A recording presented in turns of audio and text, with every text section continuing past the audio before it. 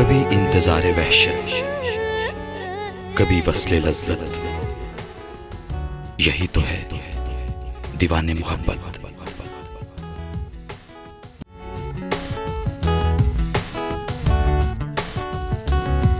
कभी नजरों का मिलना, कभी झुकना, कभी दिल में किसी के उतरना, कभी नजरों का झुकना, कभी पलकों का झुकना, आना आना fall in love।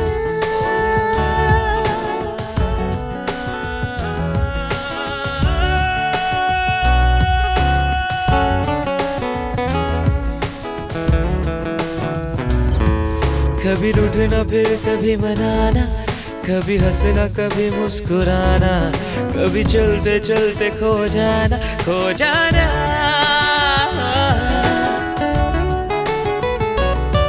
कभी बंदिशों में खुद को जकड़ना, कभी रात भर तन्हा तड़पना, कभी बेवजह खुद से उलझना, उलझना। कभी नजरों का मिलना, कभी झुकना, कभी दिल में किसी के उतरना।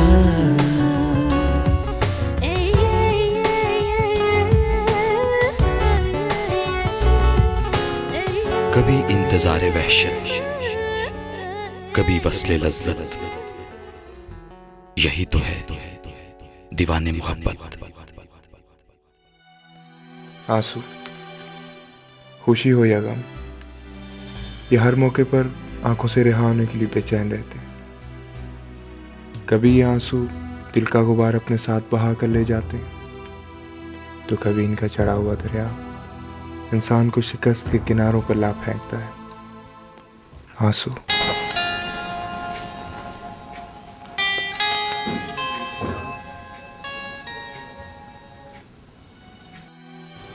जी डॉक्टर।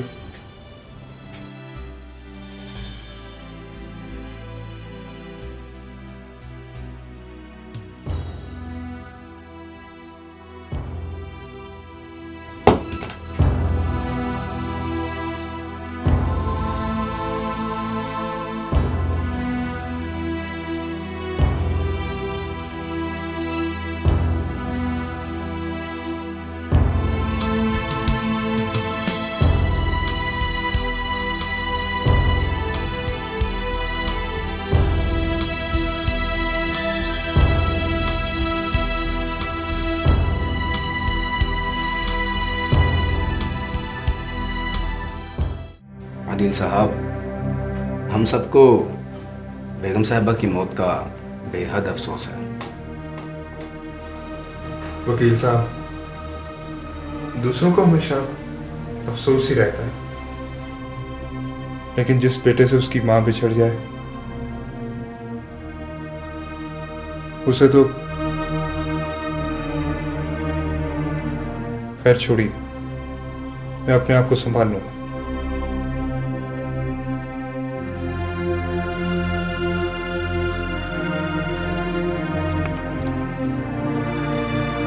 ये बेगम साहिबा की वसीयत है। उन्होंने कहा था कि आप इसे तन्हाई में पढ़ें। अदील, मेरे बेटे, मैं जानती हूँ कि इस वक्त तुम किस कैफियत से गुजर रहे हो, लेकिन हकीकत यही है मेरे बच्चे के हर किसी। अदील, मैं जानती हूँ कि मैंने बात करने में बहुत देर कर दी, लेकिन कभी कभी देर ही असल हकीकत को सामने लाने का सबब बन जाती है। वो बातें जिन्हें हम जानबूझकर खुद नजरअंदाज कर रहे होते हैं, कभी कभार वही बातें जब मुख्तलिफ हालात में भेस बदल कर हमें खींचकर हकीकत के सामने ला खड़ा कर देती हैं, तो फिर कहने के लिए बाकी कुछ नहीं रहता।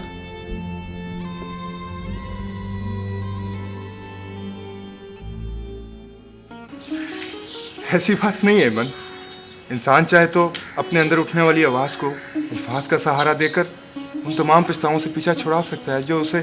अदील प्लीज, मुझे ये लाहासिल बहस मजीद बिल्कुल नहीं करनी है। अब ओके, तो कोई और बात करते हैं। तुम बातें करते करते थकते नहीं हो? अब बिल्कुल नहीं, और ख़ासकर तुमसे करते हुए तो बिल्कुल नहीं। मैंने कुछ गलत कह दी? अदील, फॉर गॉड से, आखिर तुम हर वक्त मेरा पीछा क्यों करते रहते हो? मैंने कहा ना कि मुझे तुमसे कोई बात नहीं करनी। कौन है?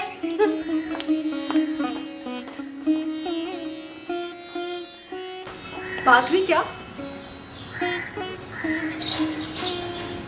कहाँ यार, मेरी बातें तो उसे बोरिंग लगती हैं। अदील, हम सब लोगों के पास वक्त बहुत कम है। अगर हमारी कॉलेज लाइफ खत्म हो गई तो ये सब मिलना जुलना सब खत्म हो जाएगा। प्लीज रायमा, जो वक्त मुट्ठी में है पहले उसे तो जी लेने दो। ओके, तो फिर तुम अपनी इस कोशिश को जारी रखो और प्लीज जल्दी से कुछ ऐसा करो जिससे तुम उसका दिल जीत लो। हाँ ओके। हाय इमन, कैसे हो? अदील को भी तुमने यहाँ बुलाया हुआ है? नहीं, बिल्कुल नहीं। कहाँ है वो? Hi girls. अदील, तुम इस वक्त यहाँ पर? अच्छा, आप दोनों ऐसे करो, बातें करो, मैं बस अभी आती हूँ, बस 1 मिनट में। हाँ हेलो इमन। वो मैं यहाँ से गुजर रहा था तो नाराज हो? मुझे तुमसे नाराज होने की कोई जरूरत नहीं। तो बात करो ना। मिस्टर अदील, तुमसे कोई भी बात करने में मैं बिल्कुल इंटरेस्टेड नहीं।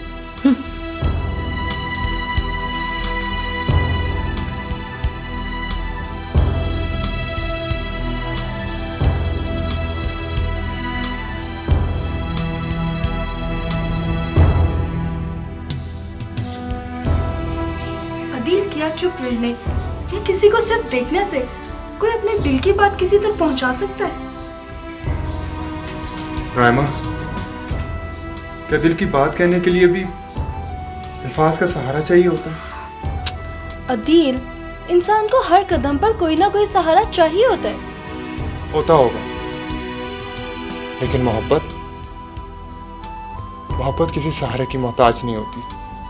लेकिन इसके अलग तकाजे जरूर हुआ करते हैं, और जब तक तुम इन तकाजों को पूरा नहीं करोगे तुम्हारे दिल की बात एमन के दिल तक नहीं पहुंच सकती है। तो क्या करूं मैं? मेरी बातें उसे बोरिंग लगती हैं, मिलना भी शायद गवारा नहीं। किस तरह कहूं उसे अपनी दिल की बात? अगर तुम कहो तो क्या मैं तुम्हारी तरफ से उससे बात करूं? नो रायमा, ये तो मैं बिल्कुल नहीं चाहता। ओके। आने का एहसास मुझे बिल्कुल नहीं हुआ, लेकिन जब वक्त किसी बात का एहसास दिलाता है तो उसकी शिद्दत इंसान बर्दाश्त नहीं कर पाता। मैं भी नहीं कर सकी, लेकिन इसका एतराफ तुमसे नजरें मिलाकर कभी ना कर पाती। इसलिए आवाज का सहारा लेकर तुमसे सॉरी कह रही हूँ। मैं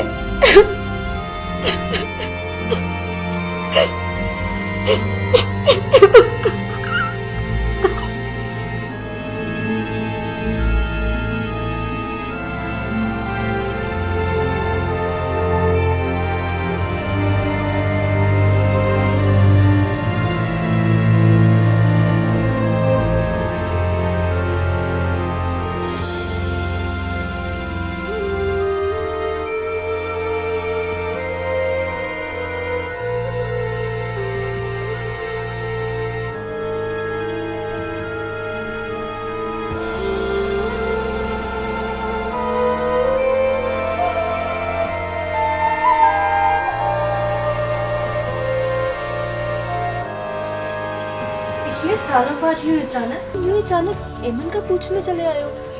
आई नो रायमा कि मैं बहुत देर से आया हूँ, लेकिन मैं ईमन से मिलने के बाद उसको इसकी वजह भी बता दूंगा। प्लीज मुझे ईमन के पास ले चलो। मैं जानती हूँ वो कहाँ है, लेकिन इन सबका कोई फायदा नहीं। तुम वहां जाकर भी खाली हाथ ही लौटोगे।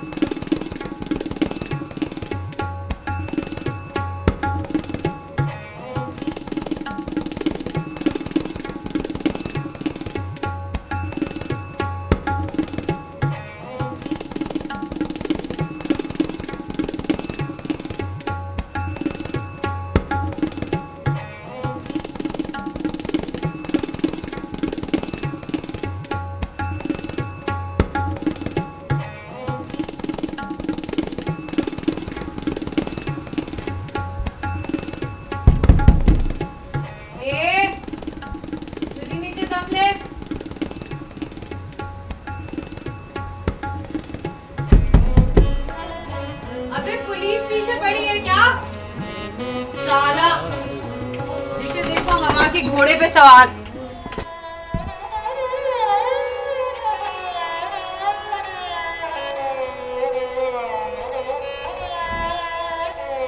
ओह, तो तुम भी आते हो इस बाजार में? चलो आ जाओ अंदर।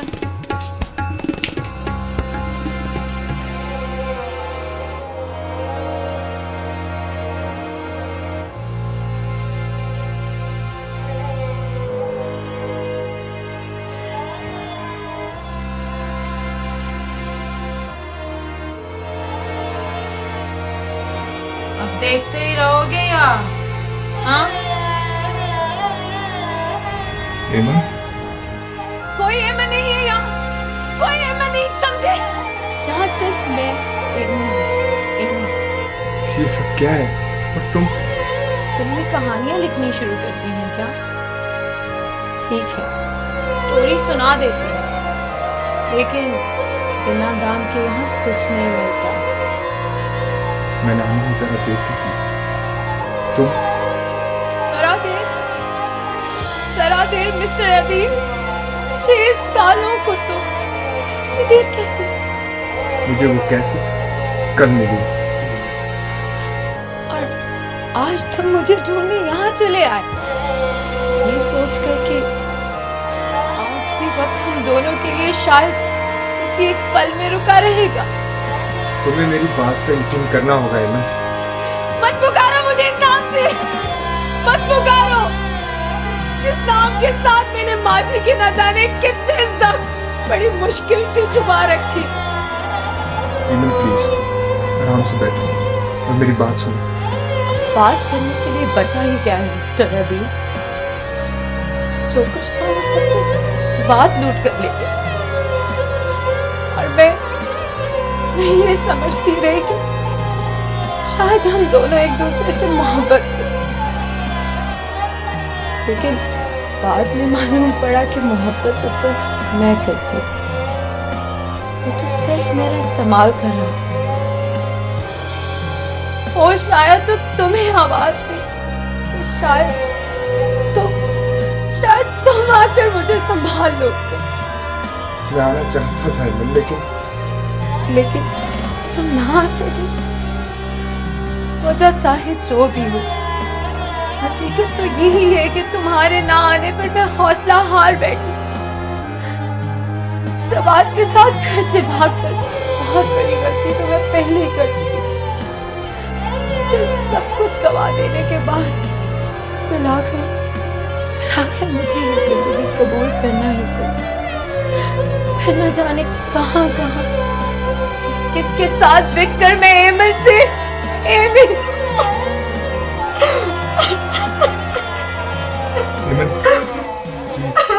बात सुनो।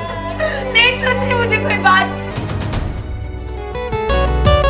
कभी बंदिशों में खुद को जकड़ना, कभी रात भर तन्हा तड़पना, कभी बेवजह ही खुद से उलझना। नजरों का मिलना, कभी झुकना, कभी दिल में किसी के उतरना।